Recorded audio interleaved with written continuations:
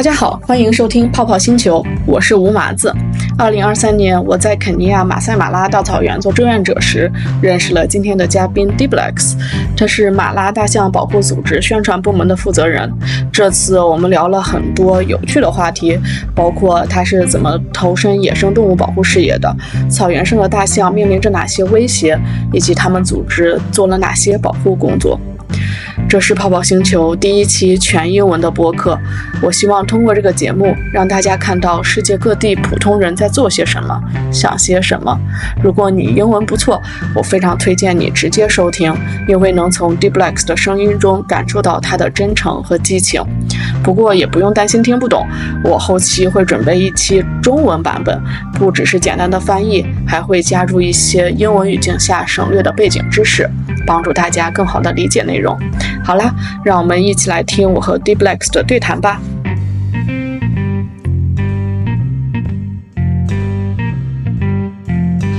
Hello, welcome to Bubble Planet. This is Yun. Today, I'm really excited to invite Dibblex to Bubble Planet. Dibblex is the Community Engagement Outreach Coordinator of Mara Elephant Project. But more importantly, he is my best friend in the Mara. We sat side by side for 3 months, and he's like the sweetest person I've ever seen. So, habari mchana, Dibblex.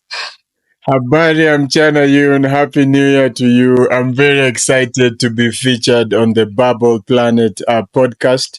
We had a good time when you were here in the Mara. Definitely sat side by side. We had those Swahili lessons after lunch, and they were really fun.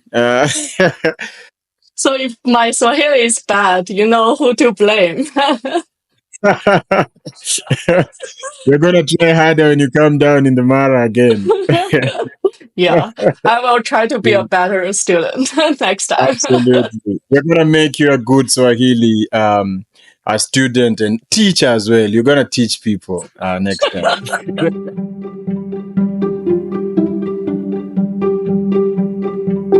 So Dibblex is a community engagement outreach coordinator of Mara Elephant Project. So before we get to that long title, Dibblex, could you introduce Mara Elephant Project to our audience?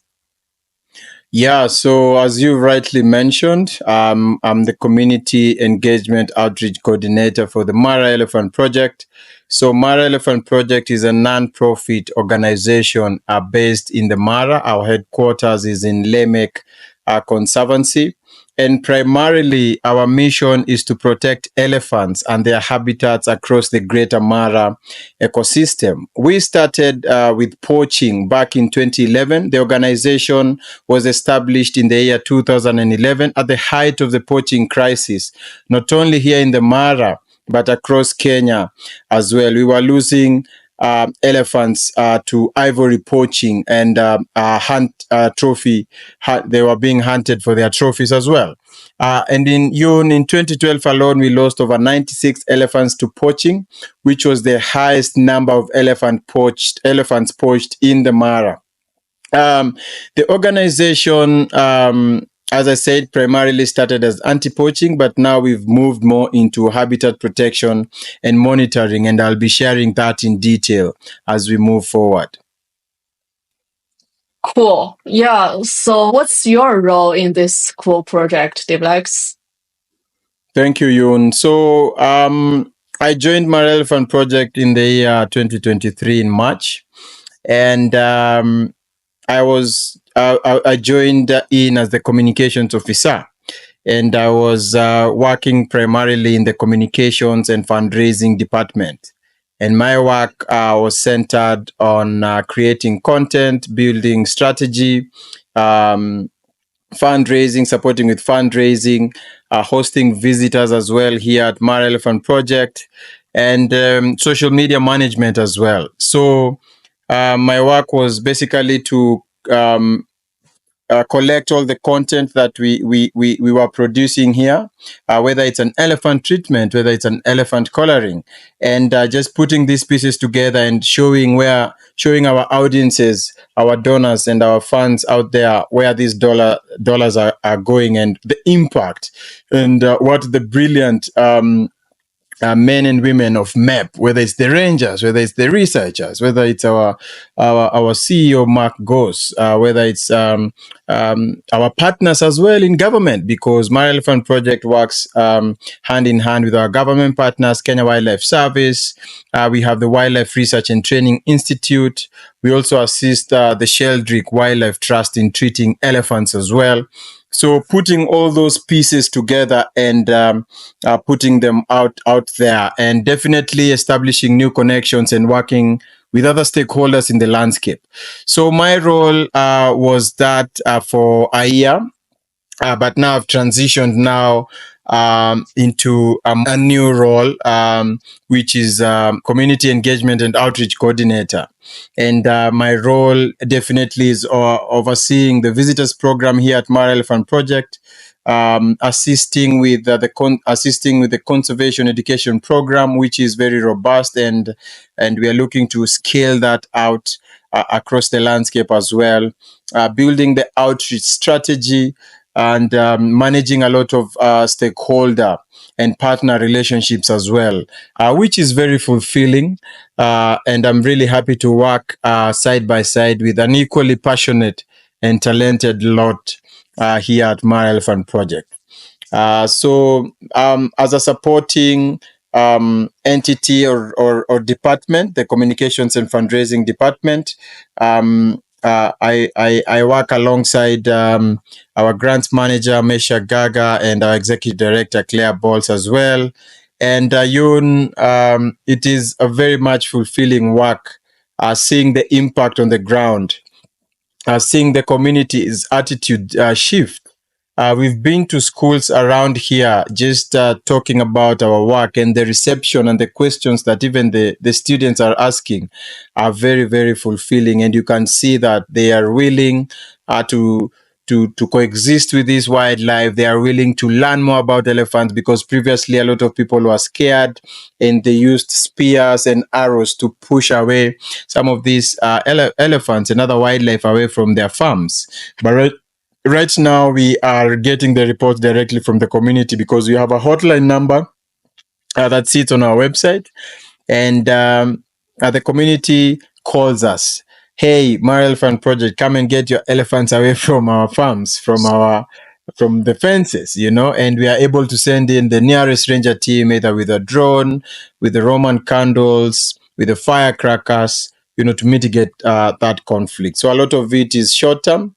And our rangers are really the ambassadors, and they are the real unsung heroes on the ground, daily patrolling, leading in the anti-poaching operations, habitat monitoring, and protection as well. Wow, that's a lot of information in 5 minutes. And I feel like I have tons of questions in my mind. So first of all, maybe let's talk about poaching first. Before I went to the Mara, I saw this Netflix documentary about, I forgot the name, but it just shows Ivory Game. Yeah. Yes, it shows piles of ivories sitting in those big factory or big barn. It was just heartbreaking to see such huge, wonderful animals just disappear because of the ivory. But at that time, it was behind the screen, still distant from how I live. But when I went to the Mara, I have a completely different feeling, because I feel I'm part of the environment. Dibblex, could you talk about your story? How did you get introduced to conservation, and what inspired you? What motivated you to work in this field? Very good question. So growing up in Narok, surrounded by wildlife, we used to come to the Mara in the 2000s, early 2000s, for game drives, and I got hooked. because it was wild. There was lots of wildlife, and the people as well are very friendly. And we used to live 2 hours from here, so it was very accessible. So I developed that keen interest in people and wildlife from a very young age. Fast forward in university, I studied tourism management, and the courses that I really enjoyed. I did a bachelor's of science in tourism management at Strathmore University, and the courses that I really enjoyed were to do with wildlife tourism, sustainability, ecotourism. And I always told myself that I want to work with the community. I want to experience firsthand and be on the ground and see the impact of wildlife, of tourism, of meaningful conservation initiatives. And in between my university life, I was fortunate enough to do various internships and work for various organizations as well. And I remember my final year research project, I did it in Samburu, and my case study was to host community participation in the management and development of tourism in Samburu County. And I chose Namunya Conservancy as my case study. And in Namunya Conservancy hosts Reteti Elephant Sanctuary, which is the first community-owned and run elephant sanctuary in Africa.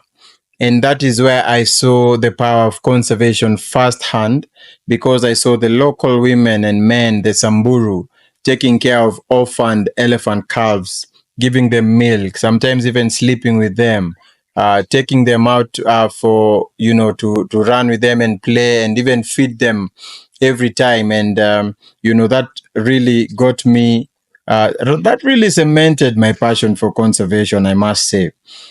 So after graduation, fortunately, I was very fortunate to hold various positions in the tourism and hospitality industry up until COVID.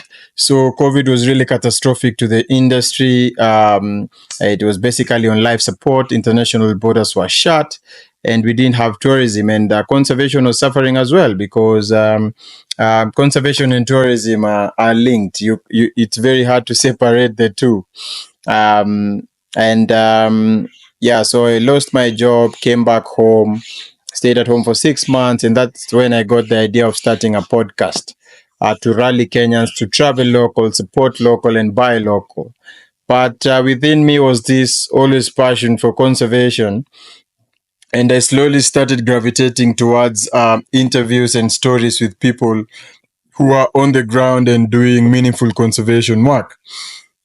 And that's how I did a couple of series. For example, Fighting Rhino Extinction, where I hosted various people in the space. And that is how I grew my passion and my expertise and my knowledge about conservation issues, up until I was employed here at Mara Elephant Project, an organization that I really hold dear to heart. Wow, I never knew the full story. I always knew you had a podcast, but I always thought that was for MAP. I never knew you started the podcast even before you joined MAP. So, Dibblex, could you tell us more about the story after you joined MAP? How did you feel when you first get close to an elephant? Actually, before coming to MEP, my favorite animal was a lion. I used to love lions a lot. But coming here at Mara Elephant Project, the first few months, I remember we used to do a couple of monitoring of elephants around here at our headquarters with our now special projects manager, Wilson. And I remember one day we encountered a big herd of over 20 individuals. I've never seen so many elephants at once. And I had my camera with me, and I remember us going very close to this cow that had a calf. And just seeing the elephant feeding and grazing there was just magical. And I used to fear elephants. I don't know why. I don't know, because they are big, these huge, gentle giants, huge, majestic creatures. But there's something about them that really draws when you start learning about their family structures, when you start learning about bulls, when you start looking at how they are grazing, when you start seeing them at a watering hole, when you treat an elephant, and all these interactions here at MEP, because I've been to a lot of treatments. As I said, we assist Kenya Wildlife Service and the Sheldrick Wildlife Trust in treating elephants. And we've been on numerous elephant treatments, and just treating an elephant for a spear or arrow wound and seeing it wake up and continue with its normal life. Those are things that remain in your heart, and I've really fallen in love with this species, and they're really cool animals. But I can say right now my understanding about elephants and my perspective has really changed, and they are the coolest animals in the world. Amazing, because even today when I think about elephants, there are tons of images of elephant. When I was there, we work with elephant almost every day. Yes. But the first image that pops up is this big tusker that we colored. What's his name? Fred? Fred, yes. Yeah. Imagine an endless savanna with a beautiful sky horizon and this huge tusker Fred just roaming Exactly. in the national park. It was not in the national park, right? We went to take a photo of him together. Yes. I think it was very close to Map. Maranoth Conservancy, yes. Yeah, Maranoth Conservancy. Yeah, it was really mind-blowing to see such huge animal. I think I know the reason why people have a fear of them, because I guess like in our gene, like millions of years ago, I don't know, maybe not that long ago, they could easily kill us. But when you get close to them, they are usually quite peaceful unless you piss them off and do something stupid, right? Yeah. So seeing such a huge creature in the planet that is still peaceful, I think it just calms me down. Like it just helped me get some certain kind of inner peace, I guess, just to see such beautiful scenery.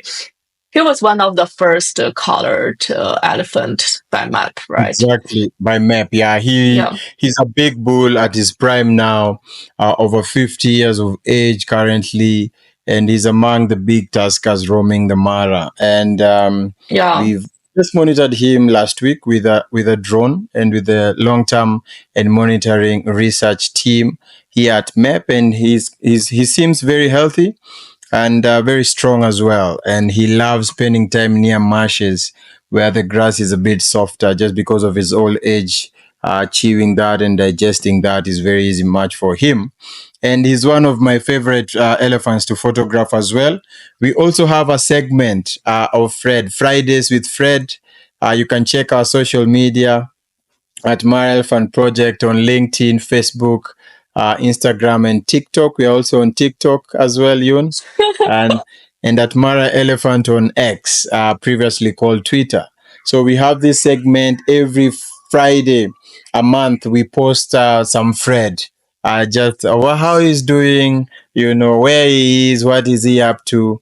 And this is how we are also, expanding our reach and communications as well, and drawing people in to soak in the beauty and understanding these majestic creatures and how important they are to the ecosystem. Yes, when I got to know Fred, it scared me more. When I remember that room full of Everest, that would be thousands of Fred being killed for their tasks. It's very sad to think about how people push them way back just for their tasks. I mean, I've seen a lot of photos from when the organization was starting, how elephants were being butchered, and It was not a beautiful sight to see. But with the efforts that we've put, with the partnerships on the ground with our government partners, working with boots on the ground approach, our rangers from the community, we've managed to bring these poaching numbers down to zero, actually. And some of the elephants that we are losing now is mainly attributed to natural causes or human elephant conflict cases, which we are working round the clock to mitigate. And as well, it's very critical to mention as well international efforts in curbing poaching. We've seen China closing down its ivory markets. We've seen other countries, joining the bandwagon and saying ivory belongs to elephants, and that is our joy. Transboundary conservation is also huge. Mara Elephant Project partners with our neighbors here in Tanzania. We have the Tawiri Tanzania Wildlife Research and Training Institute and Tanapa Tanzanian National Parks as well, to share knowledge and to share experiences and to protect wildlife. So I also feel like transboundary conservation initiatives are very crucial. It was the efforts of Mara Elephant Project working alongside partners both in government and other conservation organizations in the ecosystem, and working with the community as well and changing their attitudes is really a game changer for Mara Elephant Project, because all our rangers, as I mentioned, are 100% from the community. So it's their uncles, it's their sisters, it's their brothers. And so when these poaching gangs approach and they want to coerce some of these village people to go and kill or to go and kill an elephant to get that ivory, then it becomes difficult because the community now has taken ownership. They are saying these are our elephants. We need to protect our elephants. Tourism is booming in the Mara. We have employment now. We have conservancies right now, which have been a game changer ever since they were formed. We have a total of 24 community conservancies. So this is community giving out their land for conservation, and they are paid monthly or annual leases as well, depending on the structure of their governance in each and respective conservancies. We have a total of 24 scattered across the Mara, directly supporting conservation and thousands of livelihoods as well, because we have high-end tourist camps and lodges in these conservancies, and they are providing direct employment and other benefits to the local community. And conservancies have really changed the game for conservation, not only in the Mara but across Kenya as well.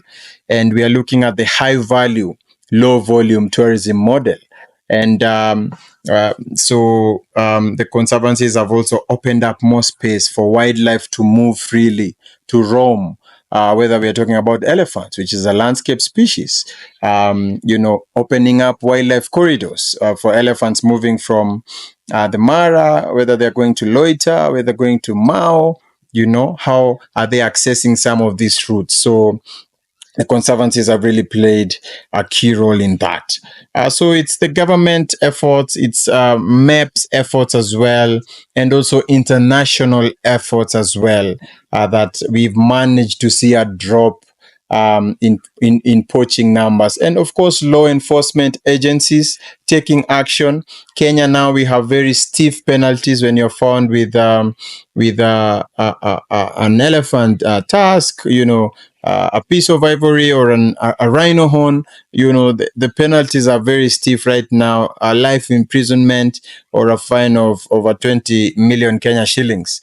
And it's not a joke, really. That has really put people, on alert as well. We've got security in our airports, in our parks and reserves as well, and also in our conservancies. We have our rangers on the ground every day patrolling. So I can say that is what contributed to the poaching numbers.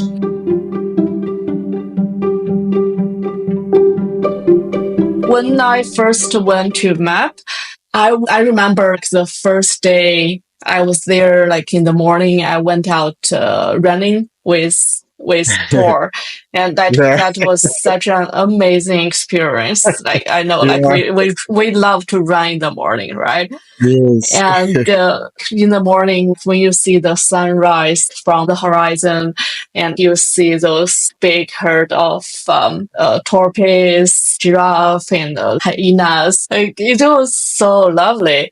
But I think in the last month when I was there, when I went jogging, there was a big herd of cattle settling, and after they came, we saw pure wildlife.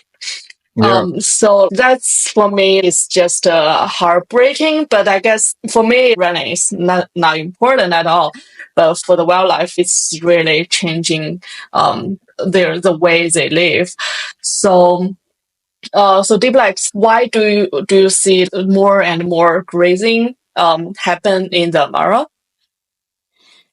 Good question. So, as you may know, the Mara is inhabited by the Maasai.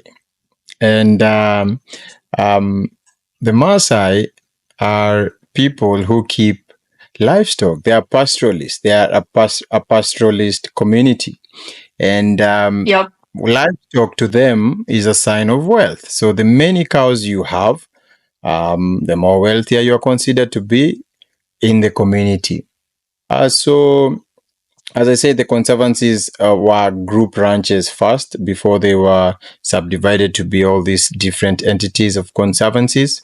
And as I said, this is community land. So where MEP sits is in community land. We're in Leme Conservancy, as I mentioned. And there are different levels of stocking rates that each conservancy allows. So it's more of a win-win. So since it's community land, they've decided, okay, during the dry season, we'll allow X number of cows in this conservancy to graze in certain parts, and we leave other areas for wildlife as well. So to all visitors who come here, it's very important for them to understand that this is a conservancy. When you go to the Maasai Mara National Reserve, it's a total different thing.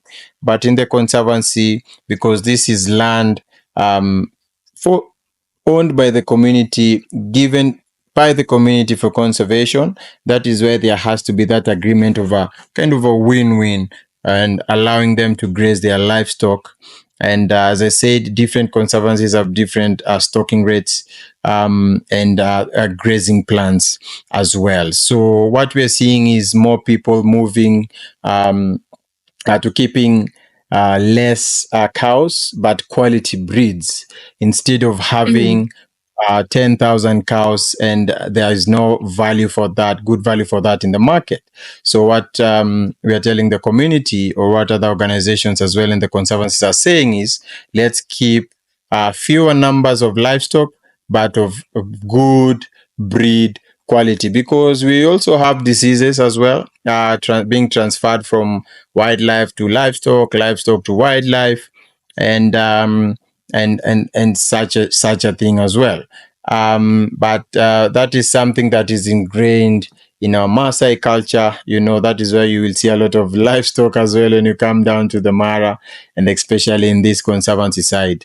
And there has never been conflict really, because the Mara is a very interesting ecosystem. It never gets dry a lot like other parts of Kenya. For example, in northern Kenya, we receive a good amount of rainfall annually, and that has really helped, to put livestock and to balance, or rather to satisfy the needs for both the wildlife and the livestock at the end of the day. But we are starting to see a shift of people keeping less quality breeds of livestock, which have good value for money in the market. Yeah, I really like how you put it. The community feels like it's our elephants. We need to protect them. That kind of ownership really help them to hold their responsibility on protecting them, because by the end of the day, it is their land. They have to make the decision, like what kind of animals they want to live on their land, either it's livestock or wildlife. But in the meantime, the wildlife does put some stress on the community as well. You also mentioned like there was some, what's the word? Yes, the Cropraiders. So thank you for mentioning Cropraiders, yeah. that. Thank you for mentioning that. So we've classified elephants at Mara Elephant Project according to their crop raiding behavior, and we Yes. noticed that some elephants love crop raiding, and as I said, a lot of people have started practicing agriculture around these protected areas, and therefore blocking some of the migratory routes for elephants and encroaching on former wildlife ranges. So during harvest season, when the crops are ripe, elephants are very smart, Yun. They never forget. So when an elephant passes through here and has passed through here like 10 years ago, and they pass through here again and they find some maize, they will eat all that maize in a night. When they find fences, they break and walk over the fences. So at MEP, we've classified elephants according to their crop raiding behavior. There's those elephants that do not crop raid. There are those that occasionally do, and there are those that cannot go a day without crop raiding. And we've classified them as cropaholics. And we have one notorious cropaholic called Ivy. And we actually recalled her last year. She normally works in a group of 12 to around 15, 20 elephants, a herd of 20 elephants.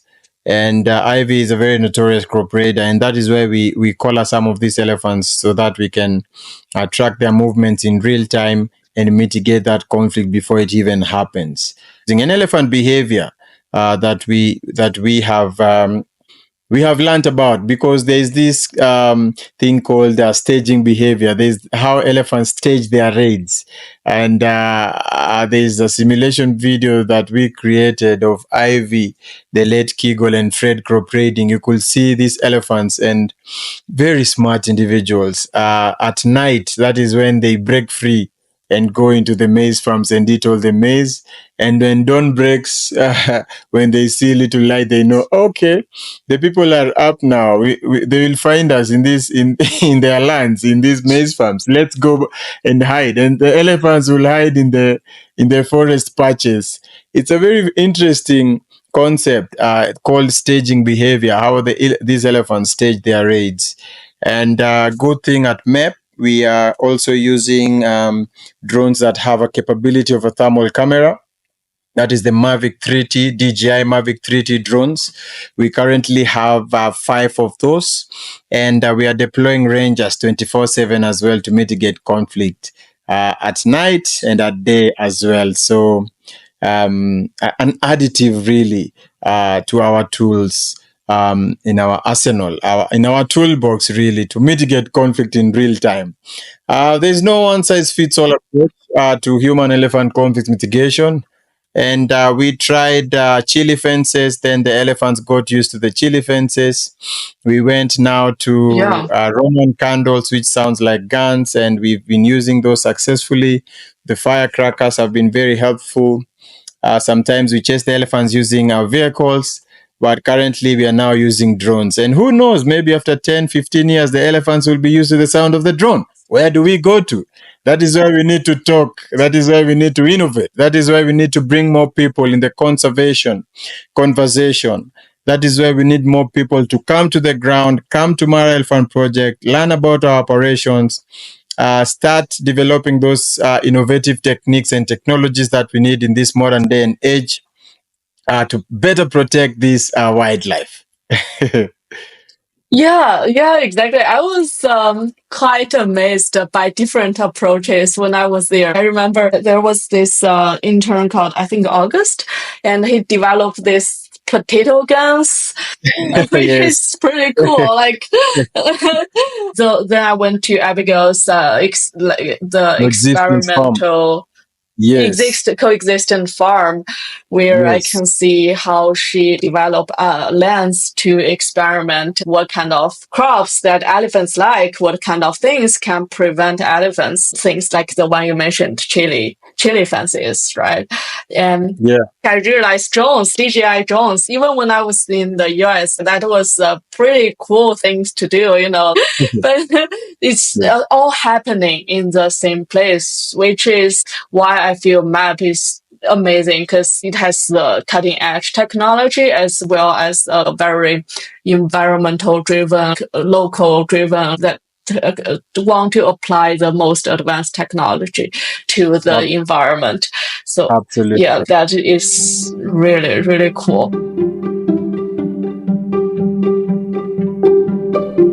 Let's talk about fencing. For us, people who live mostly in the urban area, in the city, we are not used to fence. Yeah, so could you basically explain why fencing is such a important and difficult problem to solve in the Mara? Thank you. So fencing is a big problem. As I said, we are also mapping fences to understand the scale and the impact that is having on wildlife habitats. And as I said, the conservancies have really played a huge role in opening up more space.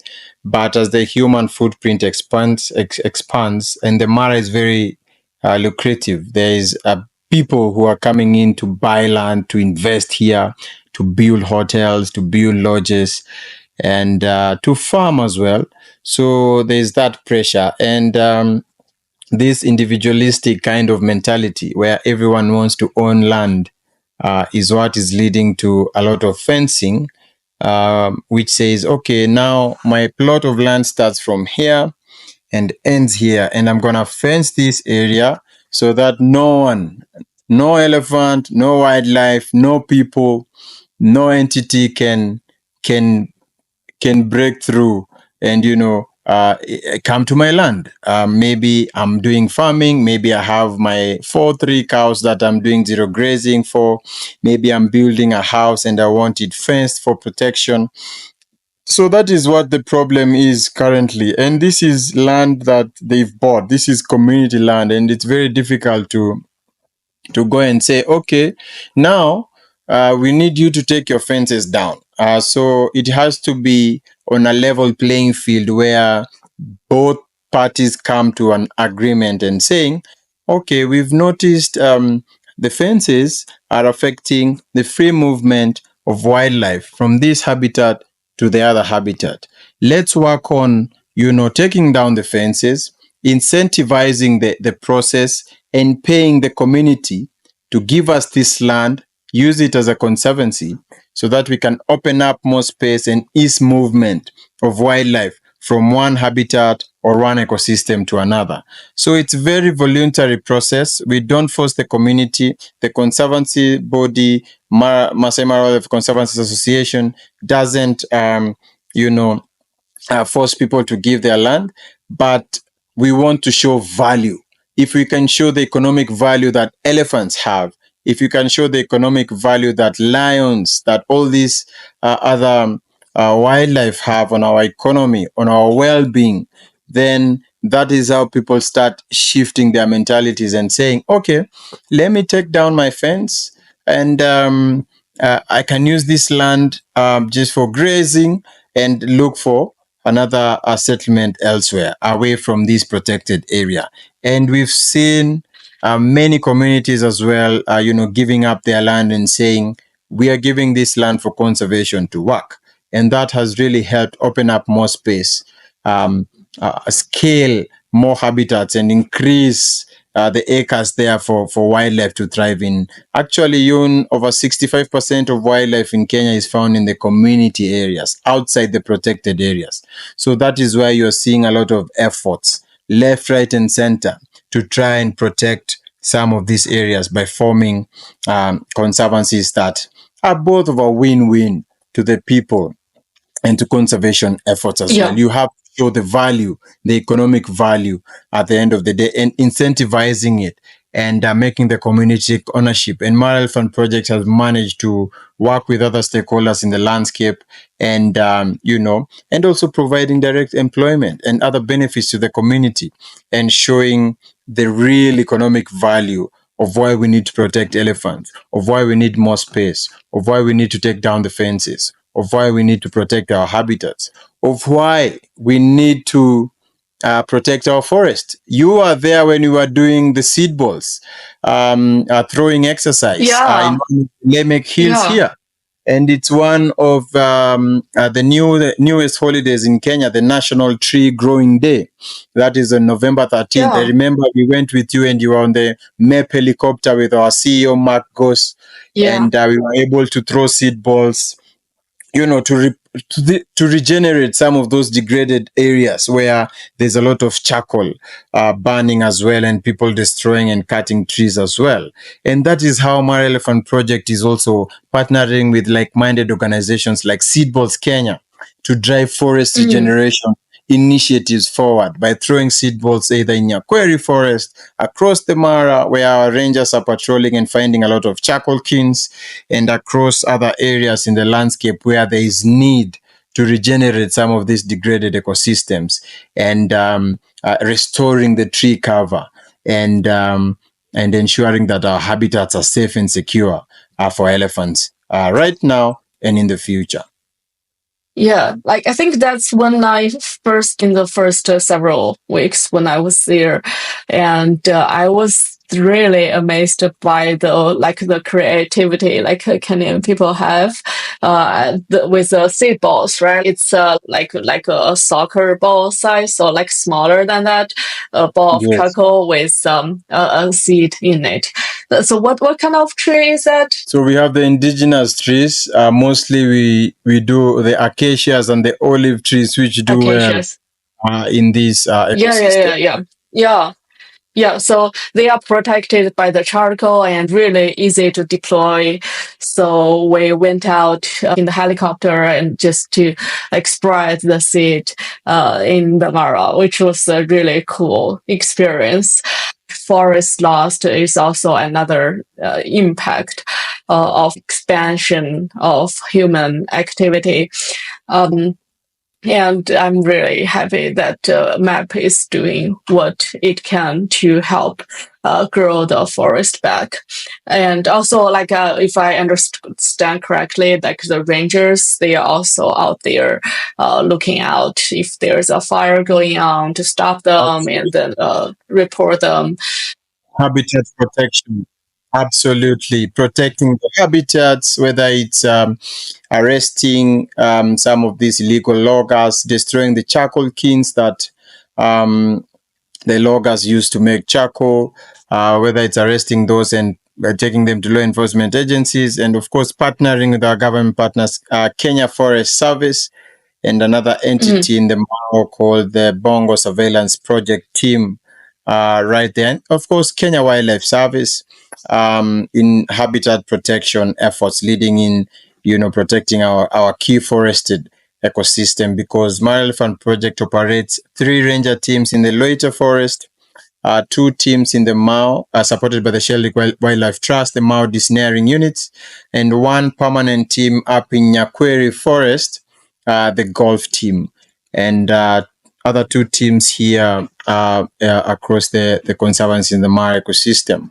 So it is very crucial for us to protect these habitats, to ensure that the habitats are safe and secure, to ensure that the grass is of good quality, to ensure that the tree cover maintains and is the same, to ensure that there's no encroachment and there's no direct threat, and of course regenerating some of these degraded patches and ecosystems that we come across, whether it's using seed balls, partnering with other organizations as well in their tree planting drives. The government as well is leading a robust campaign to plant 15 billion trees in the next 10 years. And that is a very, very robust thing that we've seen efforts coming from the government there.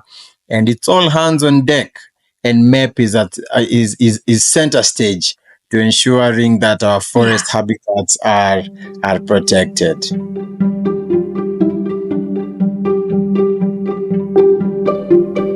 So So I want to talk about the Rangers next because they are real heroes, in my own opinion.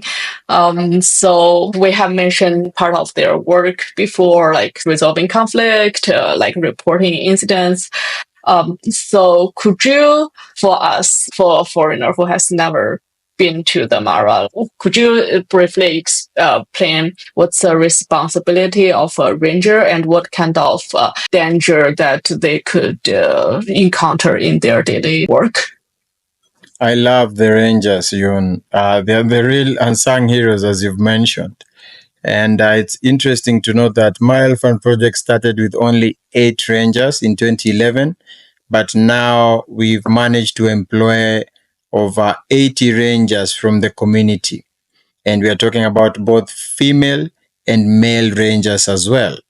And the number has really grown. And what the rangers primarily do is leading in the anti-poaching operations, habitat protection and monitoring, and human-elephant conflict mitigation, and of course, community engagement, because that is where the magic is, at the community level, in the grassroots.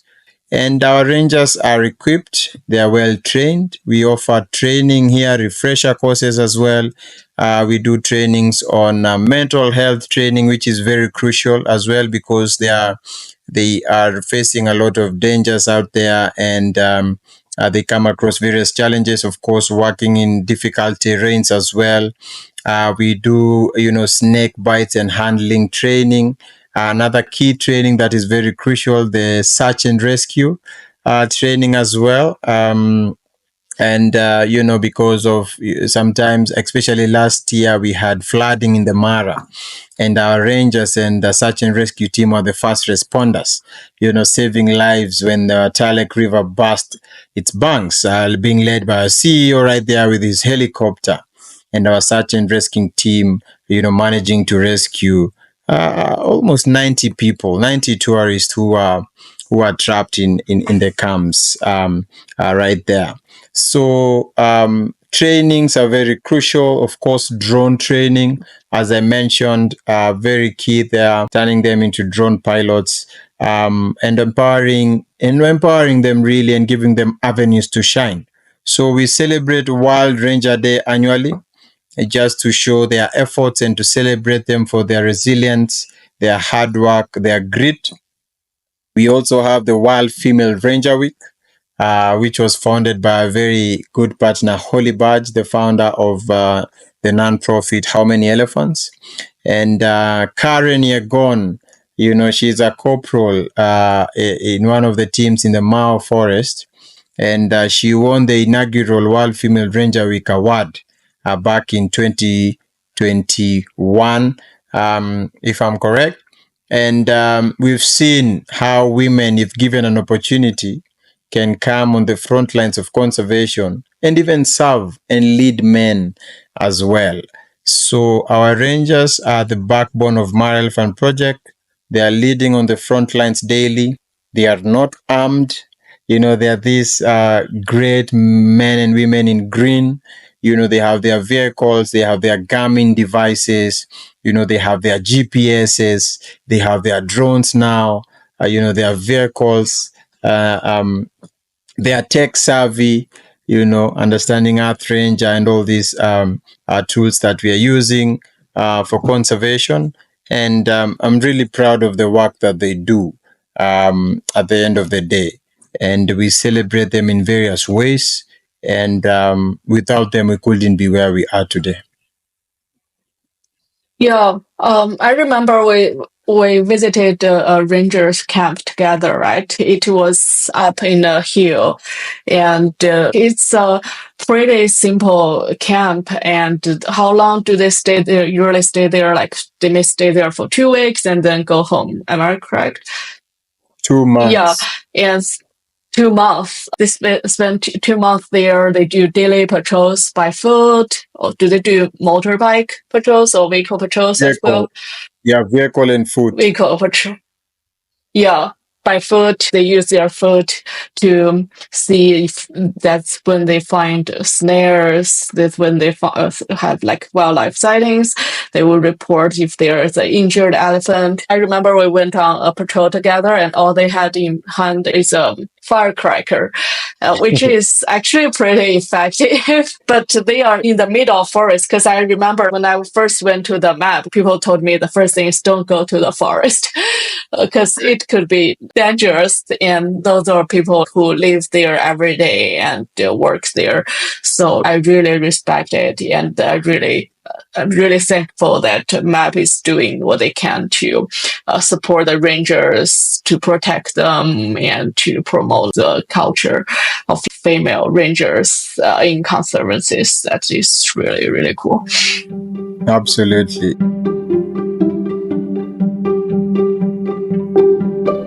Another important aspect, Yoon, is storytelling and filmmaking. And you were here when we were doing a film. And I remember we went outside and we went on a ranger patrol, and we joined our rangers. They did their drone demo and chasing elephants away from fences using the drone. And it's very interesting to note that we believe in the power of narratives, changing the minds and hearts of people through the work that we do. And that is why I will rally everyone to follow us on our social media. And in fact, one of the most amazing things is the power of photography. It goes without saying, Jeffrey Wu, who is the map image ambassador, and he's been our image ambassador for many years now, and amazing photographer. Actually, we were with him in early last year when he brought a couple of his prints, which he donated to Mara Elephant Project for fundraising purposes.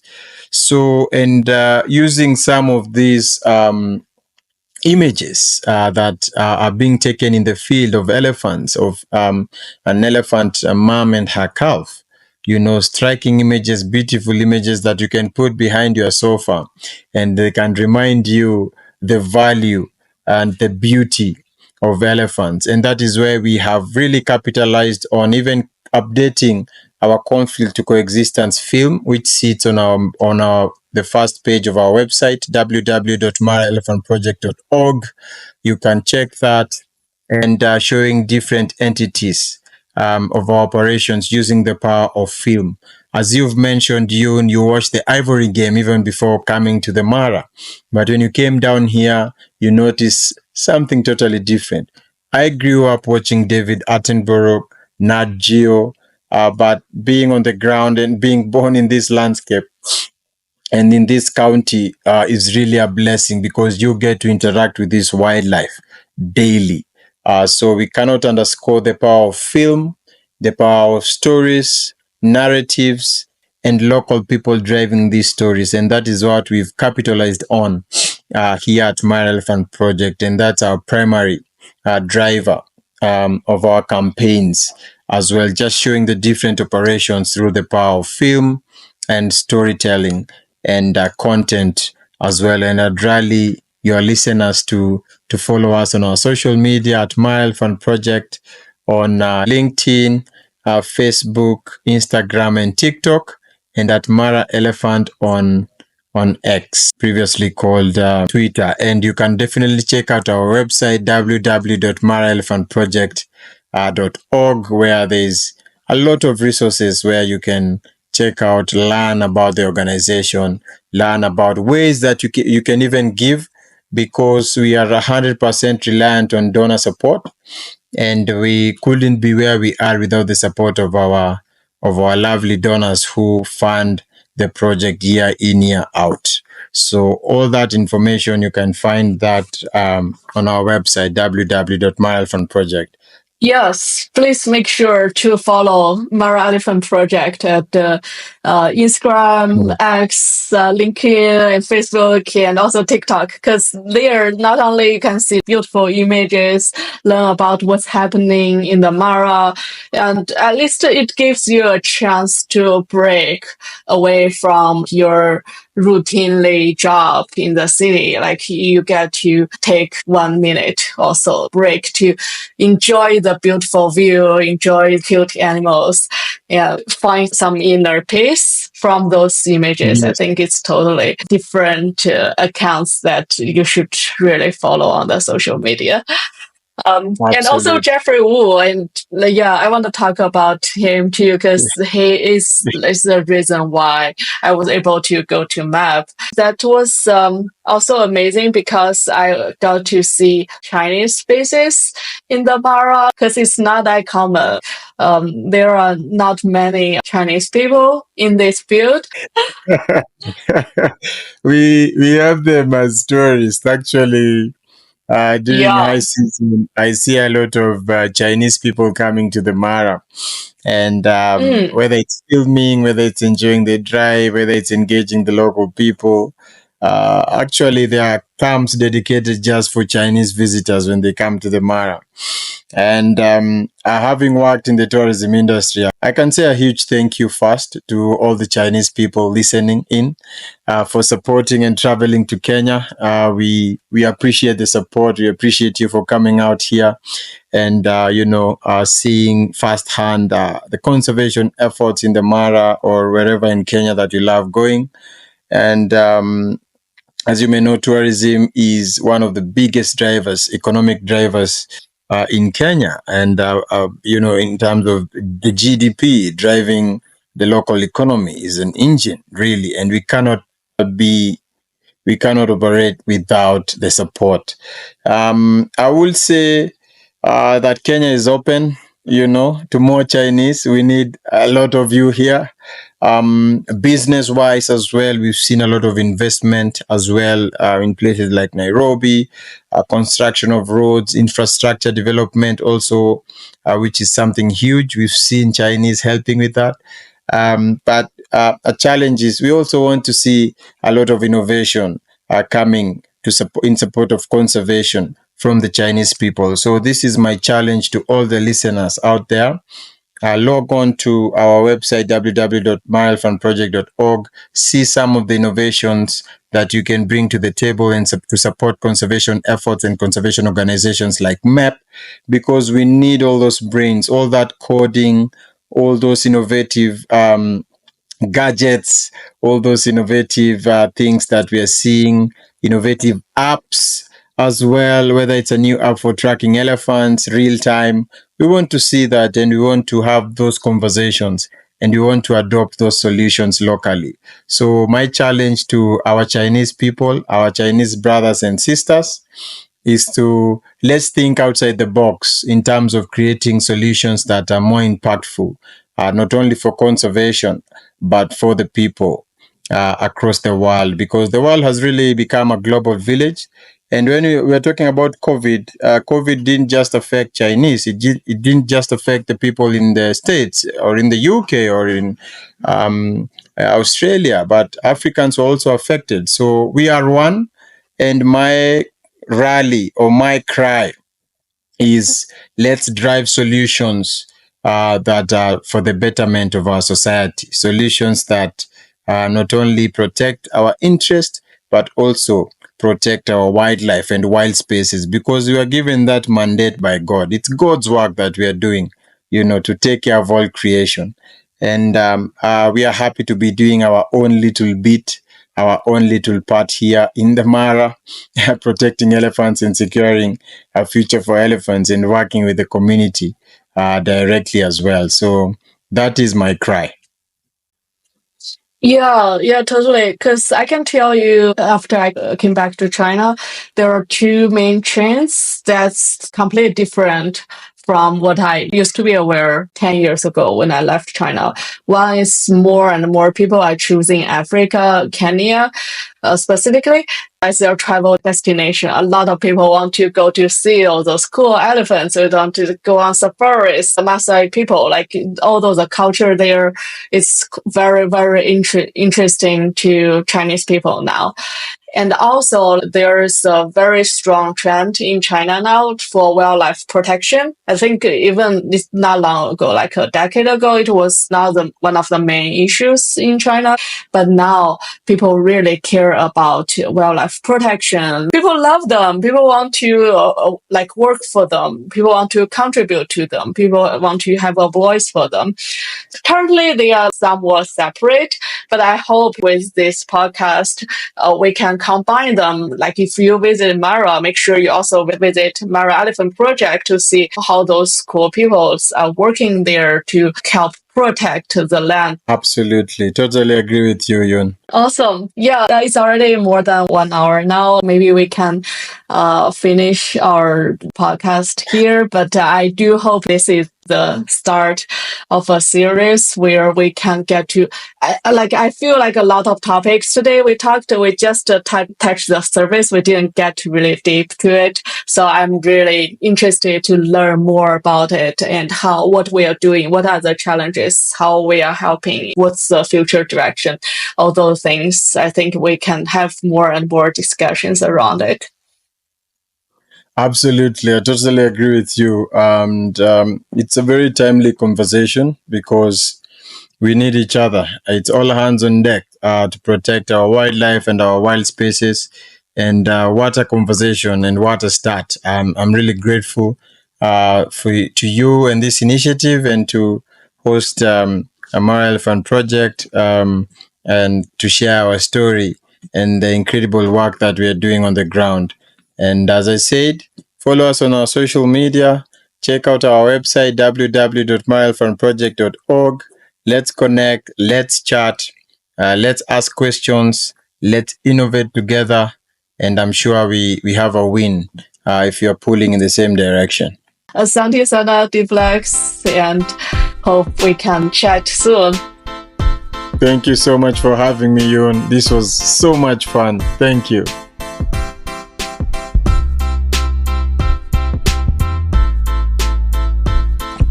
好了，以上就是本期播客的全部内容。就像我和 Dibblex 说的，野生动物保护是一个非常宏大的问题，我们不可能在1个小时内把这个问题讲完，而且在那片大草原上还有许多精彩的人、精彩的故事，我想要分享给大家。所以希望这只是一个系列的开始。如果你对于大草原或者是动物保护有任何的问题或者想法，欢迎大家在评论区留言，也请记得订阅泡泡星球。我们下期再见啦！